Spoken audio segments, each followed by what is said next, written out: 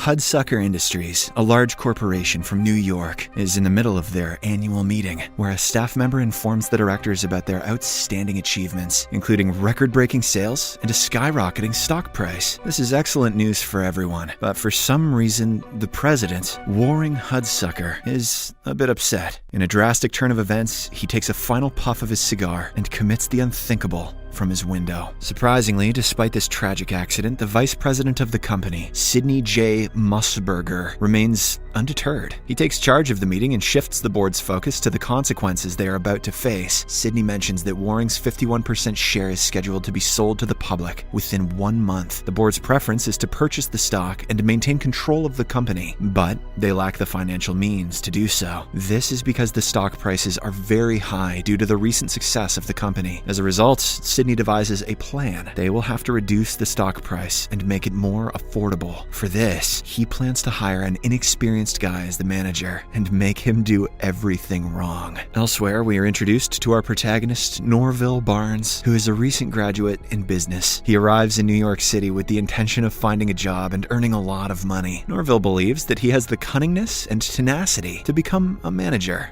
But, to his dismay, all the jobs reject him because they require 5 years of experience. Disheartened, he walks away and enters a coffee shop. While having his drink, he looks at the newspaper and learns about a thriving corporation called Hudsucker Industries. This gives him a glimmer of hope, so he heads towards the said location. In the next scene, Norville arrives at Hudsucker Industries and gets himself hired as a mailroom clerk. The department is overwhelmed with hectic responsibilities and pays very little, but Norville has no choice but to accept it. Shortly afterward, an elderly staff member brings a confidential and highly important blue letter to the mailroom. It was sent by none other than Warner right before his demise. The elderly man instructs Norville to deliver the letter directly to the top level. When the other mailboys see this, they get scared and run away. It turns out they are all scared of the blue letter, as it is of the utmost importance. Norville reluctantly agrees and proceeds to the elevator, but even there, the other employees stare at him in disbelief. They think that he is going to be massacred today. After a while, Norville finally reaches the top and makes his way to Sidney's office. But shockingly, instead of delivering the letter, he presents a paper with a simple circle drawn on it, claiming it to be his latest invention. However, he fails to explain the specifics of it. Matthew McConaughey would say it's a depiction of time. This leads Sidney to think that Norville is a fool. So, he selects him as a proxy for Hudsucker. But Norville, who is nervous, commits a series of mistakes. He accidentally sets fire to the first page of an important document and breaks a window, causing the remaining pages of the contract to fly away. Witnessing this chaos, Sidney rushes to catch the crucial papers and finds himself dangerously close to falling out the window himself. Fortunately, Norville manages to grab his legs in the nick of time, saving his life. In the aftermath of these events, we see Norville with a shave and a new wardrobe, taking a seat as the new chairman of Hudsucker Industries. His stupidity has got him the most prestigious job in town. In the next scene, an editor at the Manhattan Argus newspaper becomes suspicious of the decision to place an inexperienced individual in charge of such a prominent company. In order to find out the actual truth, he sends a talented, prize-winning reporter named Amy Archer to investigate Norville and uncover his true character. Later that day, Amy approaches Norville, disguising herself as a jobless woman. She lists down all of her qualifications and requests he give her a job. Unfortunately, Norville doesn't pay her any attention, so she resorts to plan B. Amy pretends to faint, leaving him with no choice but to take her to his office. After she gets up, she pretends to be from his hometown and even lies that she knows some of his friends. Surprisingly, this impresses Norville, and he immediately hires her as his personal secretary. Dumb or smart, nepotistic connections will always be the way. Following this, Amy returns to the newspaper office and crafts her story on Norville, portraying him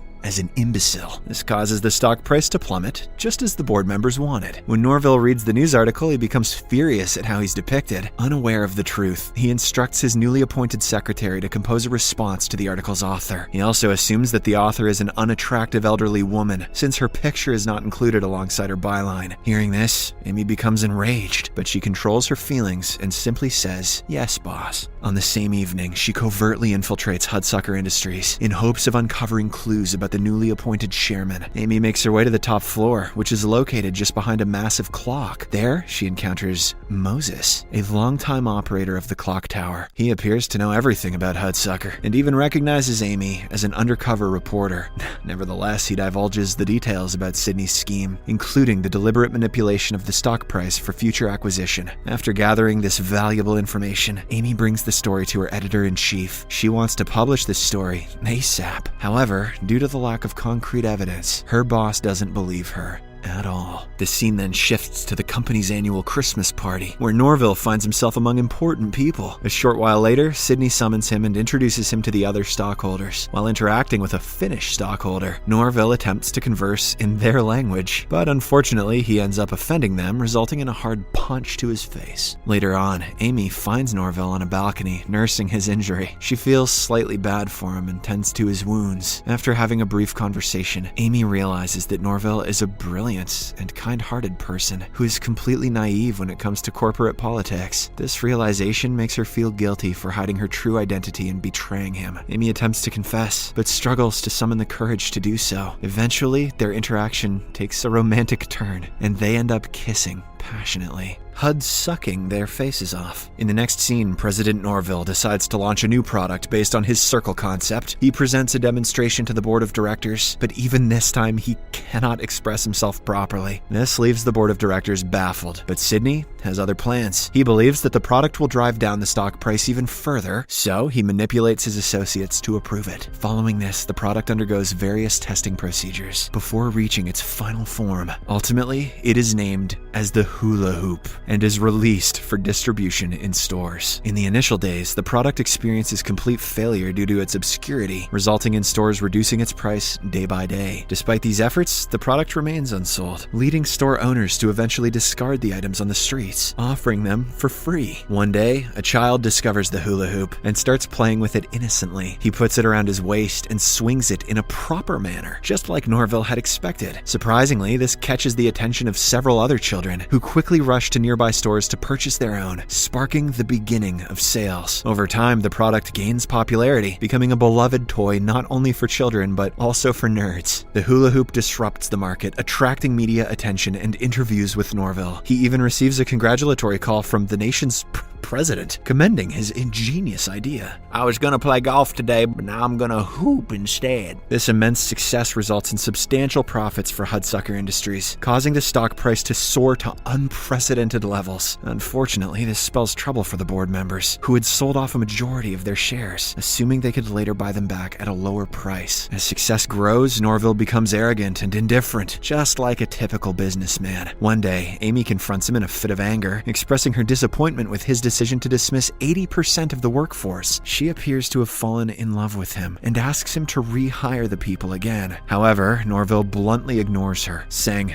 "I can do whatever I want." Hearing this, Amy bursts out in rage and resigns from her position. Norville doesn't even try stopping her. After a while, an elevator operator excitedly approaches him, claiming that he has a new invention. He brings out his product, which he calls the bent straw, but Norville just fires his ass without letting him explain himself. Later that night, a janitor at Hudsucker named Aloysius finds out about Amy's true identity and promptly informs Sydney, who in turn reveals it to Norville. The vice president reveals that Amy has written a news article against Norville, and despite their efforts, the Argus newspaper is eager to publish it. Adding to the predicament, the elevator operator who was fired earlier now claims that Norville stole the hula hoop idea from him. Sydney highlights Norville's mistakes and shares a saying: "A businessman should never hire a prisoner and should not offer second chances." He asserts that Norville, despite experiencing a brief ascent, is destined for a steep fall, suggesting that he will soon lose his position from Hudsucker Industries. However, it is revealed that this is all part of the board members' scheme to oust Norville from the company. Moreover, they hire a psychiatrist who declares Norville is mentally unstable and recommends sending him to the local psych hospital. The board of directors believe that news of Norville being confined to a mental institution will undoubtedly lower the stock price, allowing them to regain control of the company. Thinking that all hope is lost, Norville heads to a bar and starts drowning his sorrows in alcohol. A few moments later, Amy approaches him him and expresses her remorse for betraying him. She pleads for a second chance to make amends, but Norville walks away with a heavy heart, shattered by the betrayal. Later, he heads to the top of the building and has a deep thought about his life. But in a tragic turn of events, his footing slips, leaving him hanging perilously. Aloysius notices him in the situation, but he only watches coldly as Norville loses his grip and plummets off the building. During his free fall, Moses wedges a broom handle into the mechanism of the clock, which surprisingly freezes time and suspends Norville midair. Just then, warring Hudsucker appears in front of him as a divine being, urging him to read the blue letter, which was supposed to be delivered to Sydney. The letter happens to still be in Norville's pocket, so he retrieves it. He then reads the letter, which unveils the truth that Waring, despite his apparent success, was never truly happy because he had once driven away the woman he deeply cared for. Furthermore, the letter reveals that Waring intended for his shares to pass to his immediate successor as president, rather than being sold to the public. This decision was made to allow the new president to operate the company without interference from other stockholders. The successor would have been Sydney, but unaware of this, he proceeded with his scheme to install Norville as president. In the midst of all of this, Aloysius investigates for the reason why Norville hasn't fallen yet. He spots Moses downstairs and the two get into a fight. During their scuffle, the broom dislodges from the clock mechanism, causing Norville to resume his fall. But Moses acts quickly and delivers a powerful punch to Aloysius, causing his dentures to fly into the clock, once again halting its movement. As a result, Norville comes to a halt just 2 feet above the ground, and once the clock resumes, he safely lands on the ground and rushes to the bar. There, he shares his newfound happiness with Amy, and the two eventually reconcile. The following day, Norville hands the blue letter to Sydney. Upon discovering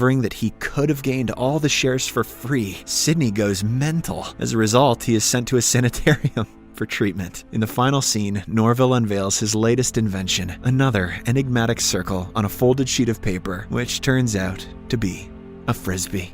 Subscribe for more videos like this, turn on the notifications, and leave a like to help the channel out. Thank you for watching.